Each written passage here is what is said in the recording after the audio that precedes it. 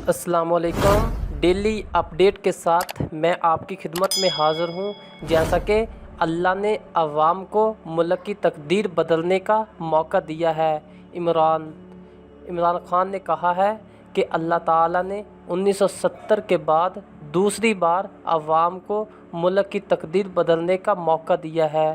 قوم کا فرض ہے کہ 25 جولائی کو اس کرپٹ نظام کو ہمیشہ کے لیے دفن کر کے ملک میں تبدیلی لائیں۔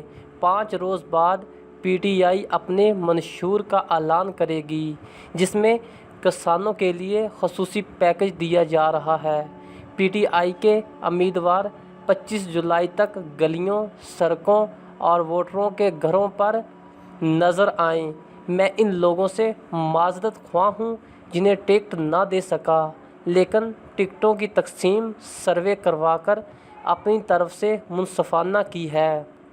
میاں نور حیات کلیار نے عمران خان کے کہنے پر پی پی 80 تحصیل ساہیوال سے الیکشن سے دستبرداری کا اعلان کیا ہے۔ صاحبزادہ قاسم سیالوی اور پیر آف سیال شریف خواجہ حمی الدین سیالوی کا شکر گزار ہوں، جنہوں نے پی ٹی آئی کی حمایت کر کے محبت اور پیار دیا۔ ان خیالات کا اظہار عمران خان نے دورہ سیال شریف کے موقع پر پریس کانفرنس میں کیا۔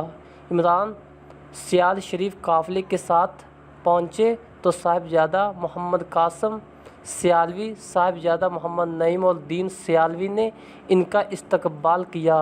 عمران خان نے سجادہ نشین آستانہ عالیہ سیال شریف خواجہ محمد حمی الدین سیالوی سے ملاقات کر کے ملک بھر میں پی ٹی آئی کی کامیابی کے لیے خصوصی دعا کرائی۔ اس کے بعد عمران خان نے دربار شریف پر حاضری دی۔ عمران نے پریس کانفرنس میں کہا کہ 30 سال قبل اسلام کی طرف ایک صوفی بزرگ نے راغب کیا اور کہا کہ اللہ تعالیٰ 2 چیزوں، انسان کی عاجزی اور نبی کریم صلی اللہ علیہ وسلم سے عشق کو پسند کرتے ہیں۔ پیر سیال شریف سے مل کر دلی خوشی ہوئی۔ پی ٹی آئی کے امیدوار مقابلہ کے لیے میدان میں اتریں۔ ملک کو تبدیل کرنے کے لیے اور قوم کو راستہ بدلنے کے لیے اللہ نے عظیم موقع دیا ہے۔ عمران خان نے ٹکٹ نہ ملنے پر این اے 90 سے آزاد الیکشن لڑنے والے ممتاز کاہلو، این اے 92 سے آزاد الیکشن لڑنے والے میاں ظفر احمد قریشی، پی پی 79 سے تحصیل سیلم والی سے آزاد الیکشن لڑنے والے امیدوار نذیر احمد صوبی کا نام لے کر کہا کہ ان لوگوں نے مشکل وقت میں میرا ساتھ دیا ہے۔ انہیں ٹکٹ نہ دینے پر ان سے معذرت چاہتا ہوں۔ میری ان سے اپیل ہے کہ آزاد الیکشن نہ لڑیں۔ پی ٹی آئی پر سر اقتدار اگر ہم ذمہ داریاں سونپیں گی۔ قبل از صاحبزادہ محمد قاسم سیالوی نے سیال شریف آمد پر عمران خان کا شکریہ ادا کرتے ہوئے کہا کہ پیر آف سیال شریف نے آپ کی حمایت اس لیے کی کہ آپ کے اندر چشتیہ سلسلہ کا رنگ قابل دید ہے۔ علاوہ ازیں عمران خان نے فون کر کے فواد چودھری کی حمایت پر راجہ محمد علی اور راجہ شہنواز کا شکریہ ادا کیا۔ عمران خان اور عوامی مسلم لیگ کے سربراہ شیخ رشید میں ملاقات ہوئی۔